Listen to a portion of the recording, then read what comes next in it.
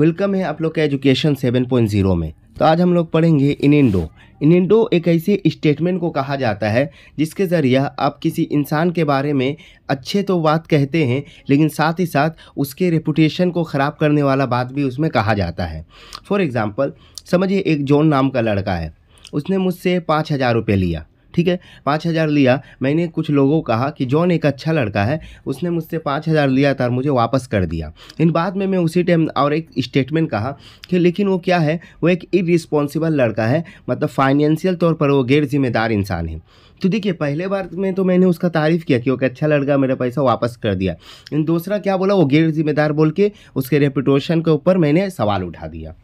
ठीक है, तो पहले इसे इनेंडो कहते हैं, यानी किसी के बारे में गलत बयानी करना और गलत अल्फाज बयान करना एक अच्छा बोलने के बाद। और एक एग्जांपल ले लीजिए, समझिए एक सेलिब्रिटीज़ है। ठीक है, न्यूज़पेपर ने छापा कि ये सेलिब्रिटीज़ नाम, ये जो है सेलिब्रिटीज़, ये बहुत एक अच्छा इंसान है और सारे लोग इसे पसंद भी करते हैं। इन दूसरे लाइन में ही लिख दिया वो कि इसे इल्लीगल जहाँ पे काम होता है वहाँ से जाते हुए देखा गया था। तो आप सपोज़ कीजिए, तो लोग क्या सोचेंगे, ओ जहाँ पे गैर कानूनी काम होता है वहाँ से वो गुजर रहे थे, यानी वो करता होगा। यानी इल्लीगल क्या हुआ, इनडायरेक्टली तौर पर क्या करें, हम उसके ऊपर इल्ज़ाम लगा दिए।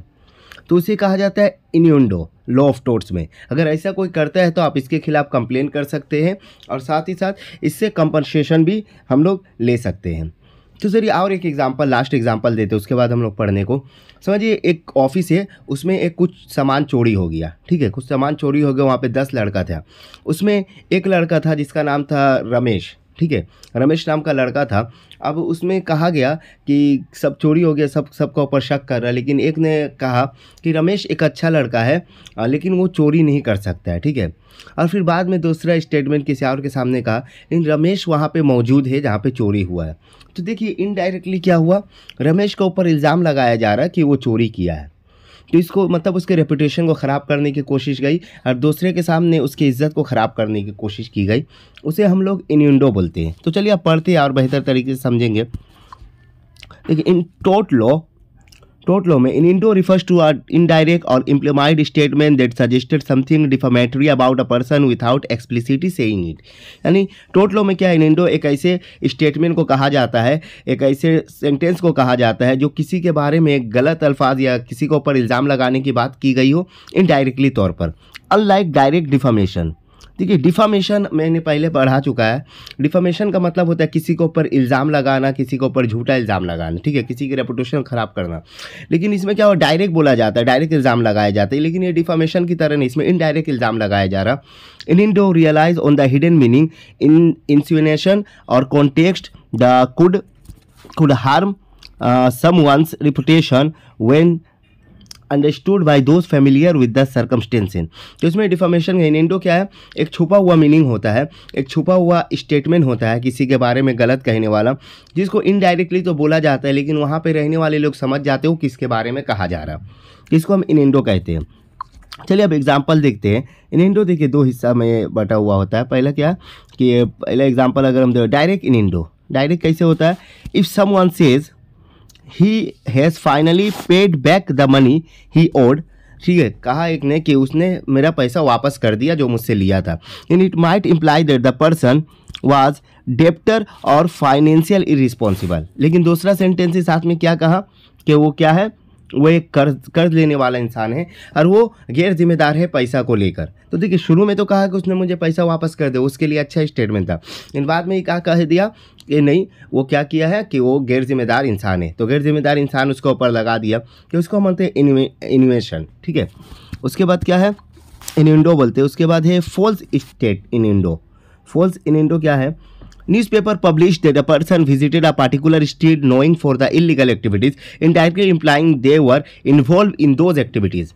इसमें क्या, न्यूज़पेपर ने क्या पब्लिश किया कि एक इंसान जो है वो एक खास तरह के विजिटेड, एक खास तरह के हिस्से में क्या किया, वो गया था जहाँ पे इल्लीगल काम हो रहा था। ठीक है, लेकिन वो ये नहीं बोला कि वहाँ पे इल्लीगल काम हो रहा है। इनडायरेक्टली तौर पर देखा जाए वो तो ये नहीं बोला कि वहाँ पे इल्लीगल काम में वो इन्वॉल्व था, लेकिन क्या बोला कि उस जगह से गुजरा। तो लोग क्या सोचेंगे, वो मतलब ये इंसान भी इल्लीगल काम करता होगा। इनडायरेक्टली उसका ऊपर क्या हुआ, इन्वॉल्व कर दिया, मतलब इल्लीगल काम को लगा दिया कि इल्लीगल काम करता होगा। तो इसको हम लोग बोलते हैं इनिंडो। अब देखिए इनिंडो तभी आप किसी को ऊपर बता सकते हैं जब ये दो काम हुआ हो, क्या to established innuendo as defamatory the claim must prove. तो किसी के ऊपर इल्ज़ाम जो लगाए जाते हैं इंडो के तौर पर, उसको हम लोग क्लेम कब करेंगे, पहला कब, the statement carries a hidden defamatory meaning, यानी जिसने किसी के बारे में इल्ज़ाम लगाया, कुछ गलत कहा है, वो छुपा हुआ मीनिंग हो और वो इल्ज़ाम के तौर पर हो, उसके रेपुटेशन को ख़राब करने वाला हो, तभी आप इनिंडो का क्लेम कर सकते हैं कि इन्होंने इनिंडो किया है। ठीक है, दूसरा क्या है कि the audience understood this hidden meaning based on their the knowledge of the context, यानी उसने क्या हिडन मीनिंग तो कहा, किसी के बारे में गलत अल्फाज तो निकाला है, लेकिन क्या है वहाँ के लोग समझ गए किसके बारे में कहा जा रहा। जैसे हम बोले थे ना, ऑफिस में चोरी हुआ तो एक इंसान था, क्या हुआ, तो उसने कहा कि एक अच्छा इंसान है, लेकिन कहा कि जहाँ चोरी हुआ ये वहाँ था, तो इनडायरेक्टली क्या हुआ, सब तो लोग समझ गए ना किसके बारे में बात कर रहा, यानी उसके रेपुटेशन को ख़राब करने की बात की गई। तो इसी को लॉ ऑफ टोर्ट्स में इनिंडो कहा जाता है।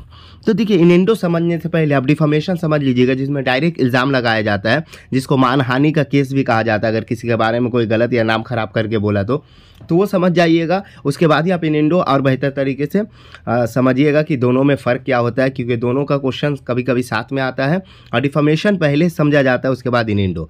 तो उस वीडियो डिफामेशन में पहले डिस्कस कर चुका हूँ, तो उसका लिंक इस वीडियो में दे दूँगा। अगर आपको ये वीडियो अच्छा लगा तो लाइक एंड सब्सक्राइब ज़रूर करें। Thank you.